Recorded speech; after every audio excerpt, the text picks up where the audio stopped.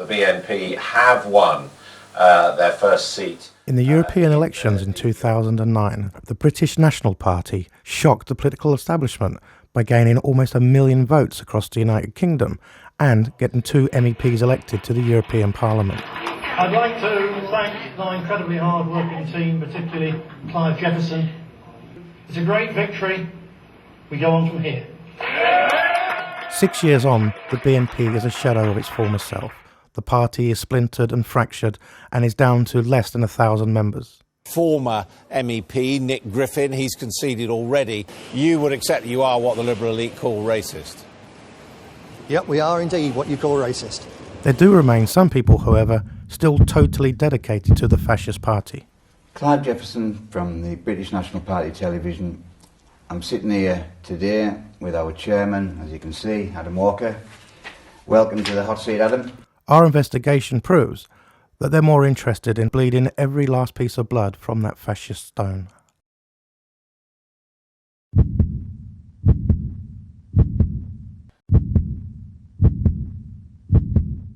You've been working with the party for how many years now? Must be 4 years, 4.5 years. About 4 years Yeah. in head office. Yes, I have.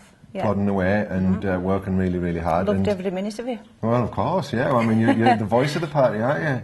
How would you describe the way that the BNP head office is run? It's filthy, for starters, because there was only me that used to clean up. Like when deliveries used to come, I was embarrassed of how, dirty and smelly that it was. There's drug abuse in that office, which I've witnessed many a time, in the toilet and on the desk.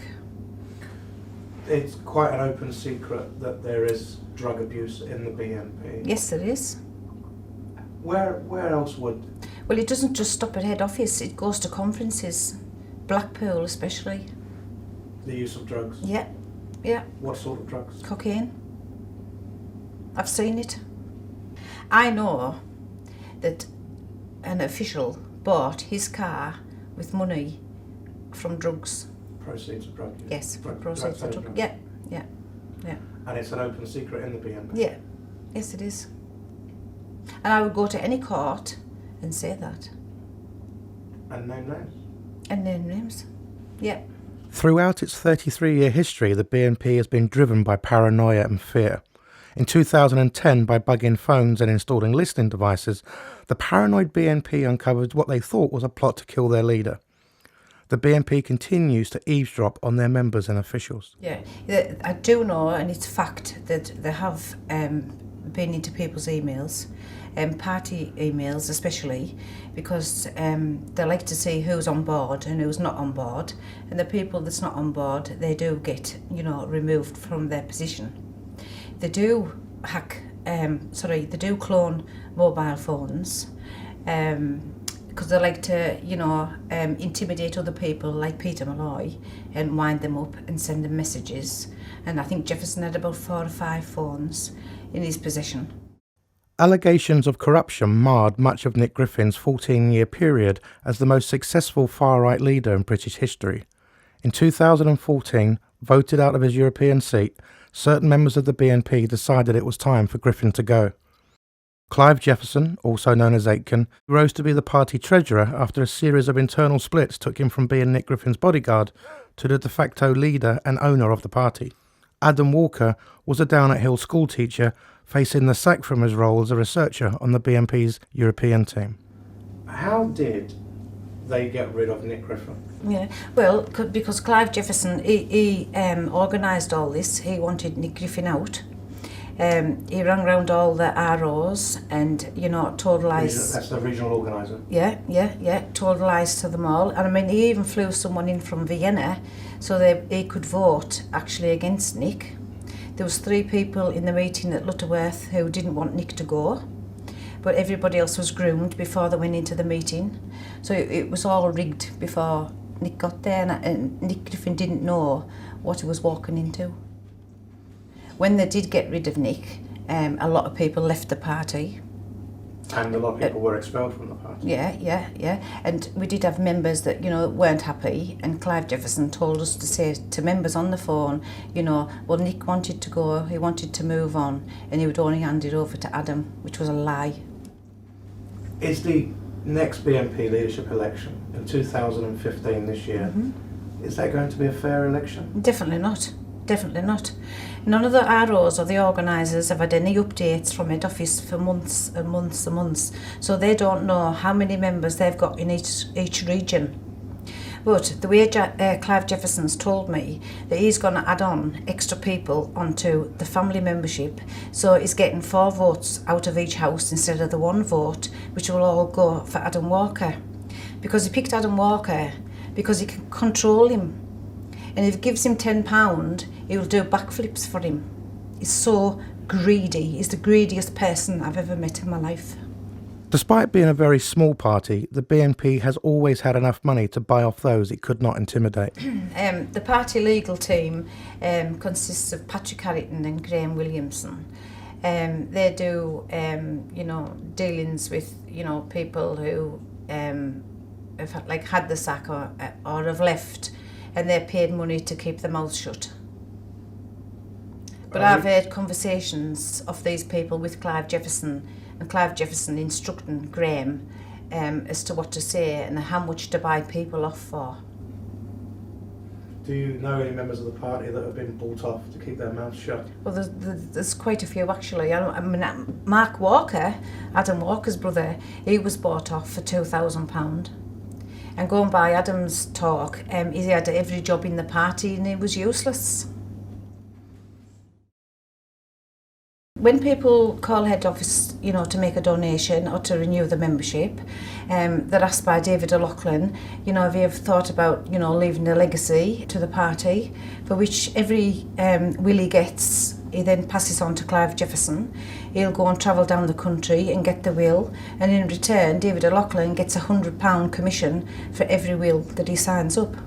And who is the executor of these wills? Clive Jefferson's on most of the wills as executor, because he tells me that they'll never get rid of me from the party, and if they do, it doesn't matter because I'm executor on all the wills, and the wills will come with me. Could you elaborate on wills and the little process surrounding the wills and how they work? Wills are never an agreement between me and the person. There is no will I've ever written or had written or been a part of that is an agreement between me and the person. My agreement is agent. I'm providing a service, and it's not an easy service either. Being executor, it's a very big responsibility, but I'm legally bound to carry out that person's wishes. We had a gentleman who was a member. He left a huge will, and we had his wife writing letters to Clive Jefferson asking for a share of the will, which she was entitled to, she was promised. And as far as I know, till today, she hasn't received any money. How much money is projected as future income for the BNP that Clive Jefferson is the executor of? Millions. 1 million, 2 million, 3 million? Could be 2-3 million. 2 or 3 million pounds? Easy, yeah. Because there's wills there where people have left the homes, and that the homes could sell for over £200,000 each, £250,000 each. That's without all the assets and everything else they've got. If you've left money to the BNP, I think I will go and change my will.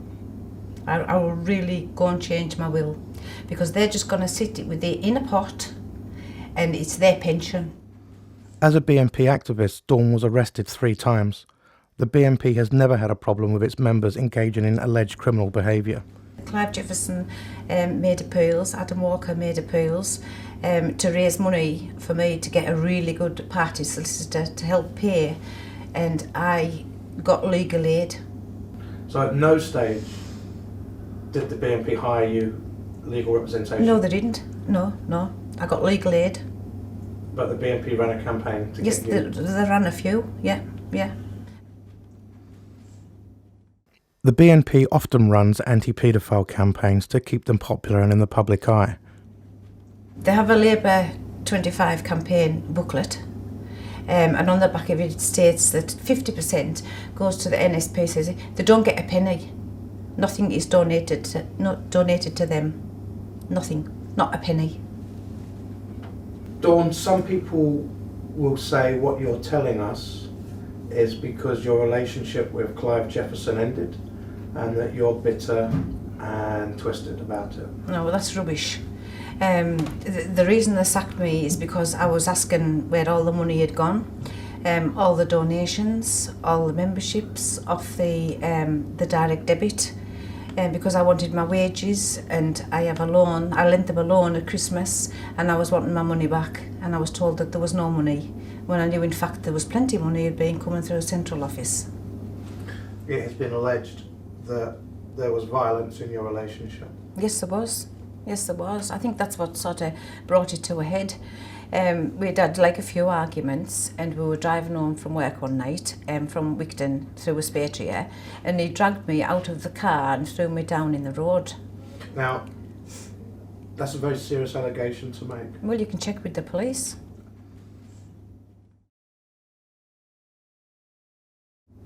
Why did you come to Hope Not Hate?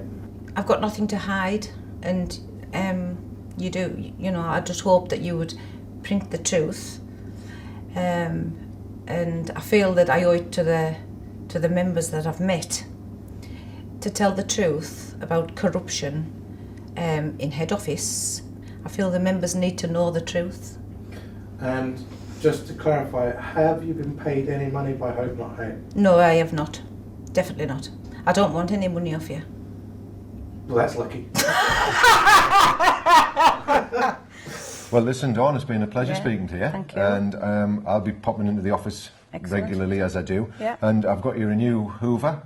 I know you did. Well, it's not new, it's a second-hand one, Yeah, but it'll yeah, do. It's yes, better it than the will. one you had where the wheels fell off. Yeah, You it's know, fantastic. No income tax, no V8, no money back, no guarantee. Black or white, rich or poor, we'll cut prices at a